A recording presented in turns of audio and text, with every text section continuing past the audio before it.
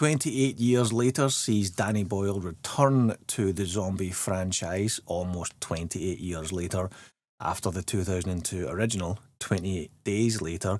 This movie, the third in the franchise after the OG and 28 weeks later, takes place 28 years later.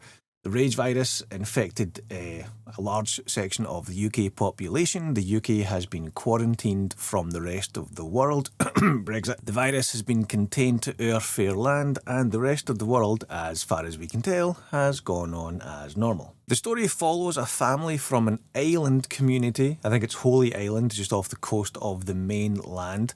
They're somewhat protected from the infected on the mainland because their home, their island, is only accessible via a causeway that you can only walk across during low tide.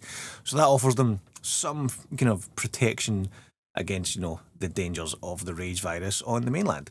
We follow the son, Spike, played by Alfie Williams, his dad, played by Aaron Taylor-Johnson, and the mum, played by Jodie Comer. Alfie has come of age, I think he's 12 or 13 years old, and it's time for him to go to the mainland and get his first zombie kill. This is set up as a kind of a rite of passage for the folks, for the kids, well, teenagers of this community. That pretty much sets up the story. I'm not going to say too much more on the specific plot and the specific story beats because it's actually quite hard to talk about 28 years later without delving into spoiler territory. I actually went into this having only seen the first teaser trailer. I didn't see the full trailer or any of the TV spots, and I think that helps you enjoy the movie a little bit more by not knowing too much of the story, if that makes sense. Right off the bat, I'm going to say I think this movie is going to be pretty divisive among most movie goers. Both the movie in general, where it takes its own lore, and the ending, very specifically, is going to divide people. I actually held off on writing and recording this review for a few days because I had to sit with the movie and kind of understand how I actually felt about it, because you come out of it and you think, I'm not sure what that was. And I don't mean that as a positive or as a negative, just I think that's how I felt, and I know that's how some other reviewers felt after seeing this. You have to let it digest before you can start talking about it. It's not what I expected a 28 Days movie to be. It's not what I expected a zombie movie to be.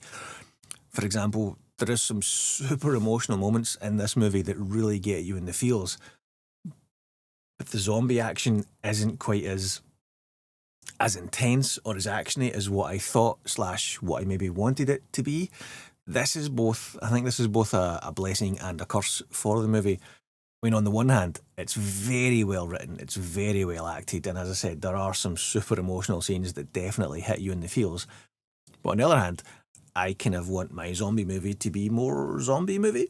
It's also very much a movie of two halves. There is the first half of this movie that deals with X, and there's the second half of the movie that deals with Y.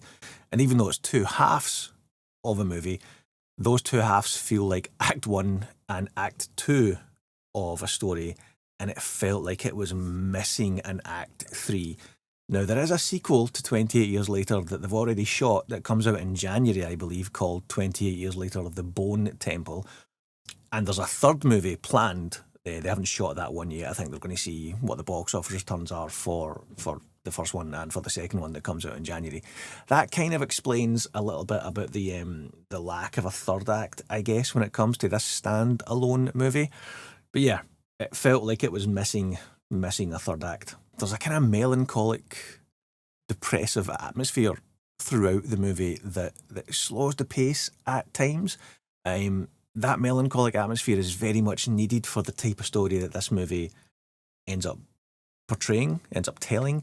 But it does, like I said, it does slow the pace a little bit at times. Kes with zombies, I believe, is how one of the folks on the Empire podcast, I think it was James Dyer, described it.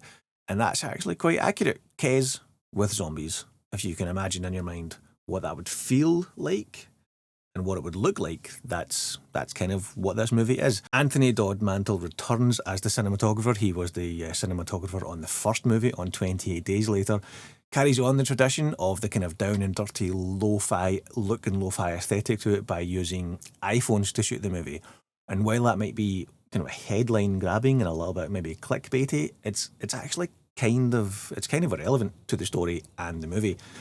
Shooting it on iPhones works for its intended purpose. It keeps the lo-fi aesthetic of the first one, but modernises it so it doesn't look really bad. So, you can make out detail and make out faces because, the cameras on iPhones, they are good cameras. They are high quality, 4K recording devices. It's not the same as shooting on a cinema camera. It's not the same as shooting on film, but it's not low quality. It's just a different quality, but it keeps that, as I said, it keeps that down and dirty lo-fi digital aesthetic because, the iPhone today is the modern day camcorder. They shot 28 Days Later on essentially a high-end standard definition camcorder. Something that's not too dissimilar to what you would have in the late 90s Handycam style mini DV, on holiday. iPhones are the kind of the holiday camcorders of the modern age. So that totally makes sense for the story.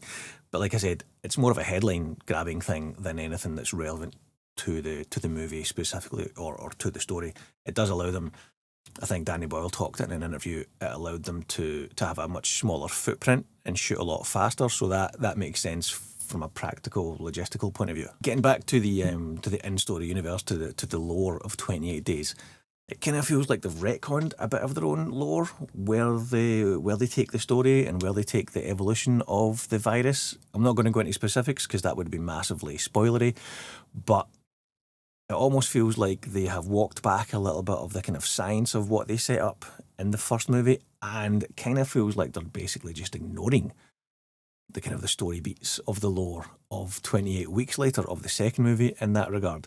So I'm not sure I quite liked that. I would have liked it to have a little bit more connective tissue to the second movie specifically, because I actually did quite enjoy the second movie. It's a decent movie. It's good to see Aaron Taylor-Johnson in a post-Craven world doing something that's both A, a good movie, and both B, a good part and a good performance for him. So I'm hoping he'll do more projects like this.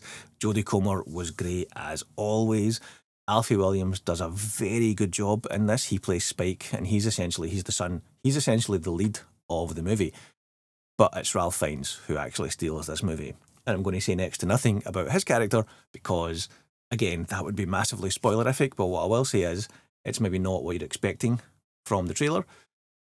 Whether or not that's true, what is true is that he is great in this movie. The score this time isn't by John Murphy, who did the score for 28 Days Later, which is a phenomenal score. This time it is a Glasgow-based progressive hip-hop duo, I think is how they're described, called Young Fathers. Now, while they do a good job and make it a unique score for this movie, I did feel we were missing that iconic 28 Days Later theme. I would have liked to have had the main theme at least woven in or even reworked a little bit.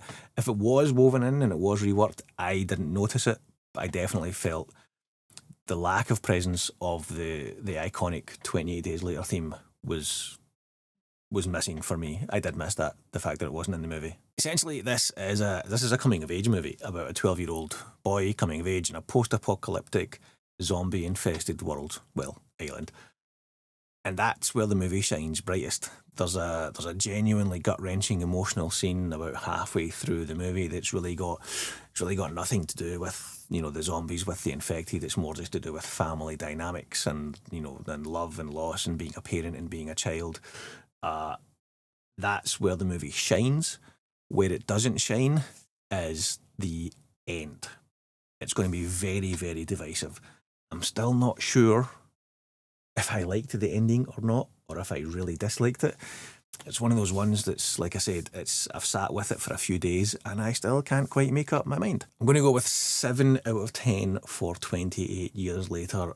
I was toying between 8 and 7. I'm still not 100% on it, but I'm gonna lean towards a 7 out of 10.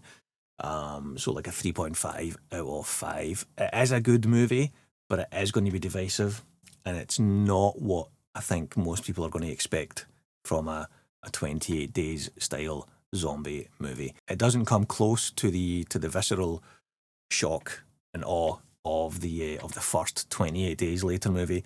It's not as mainstream actiony as 28 Weeks Later. It's very much its own movie. This movie, it stands alone in the franchise, which I think is going to both be a blessing and a curse. How much of a blessing and how much of a curse that will be, I guess time will tell in a few weeks. As I said, I'm very much looking forward to the sequel, The Bone Temple, and hopefully, if they do get to make the third one, I'll be looking forward to that one as well, no doubt. But yeah, that's us. That's my review of 28 Years Later.